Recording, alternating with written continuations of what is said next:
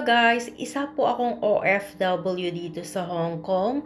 Ang mister ko isang OFW din dito dati, pero nag-for good na po. Bali, ipapakita ko po itong naipundar namin na maliit na negosyo, isang water station. More than 10 years na pong nag-ooperate itong water station namin. And I thank God kasi until now, okay pa rin po ang kita kahit marami na pong water station sa amin. Nung nagpundar po kami ng water station, pinatayo namin to. Bali, kokonti pa lang ang water station sa amin. Kaya malakas pa po ang kita noon. Pero sa ngayon, marami ng water station po sa mga baryo.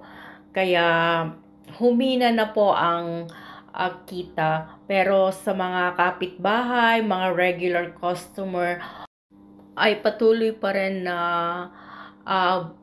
nagpapalagay or nagpapakarga ng tubig dito sa amin.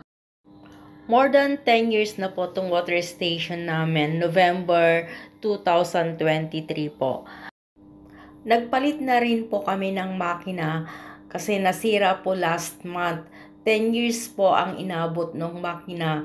So, panibagong makina po ang ginagamit namin ngayon. So, aabutin ng 10 years na naman siguro bago kami magpalit ng makina. Malaking tulong po ang water station sa amin. Lalo't nung nag-aaral pa yung mga anak ko. And as of now, bali, nako-cover up niya po yung payment ng electric bill sa water station at saka sa bahay namin. Bali, ang mister ko po ang nagmamanage na ngayon sa water station namin. May mga araw din po na marami ang nagpapakarga ng tubig at may time din po or may araw na konti lang.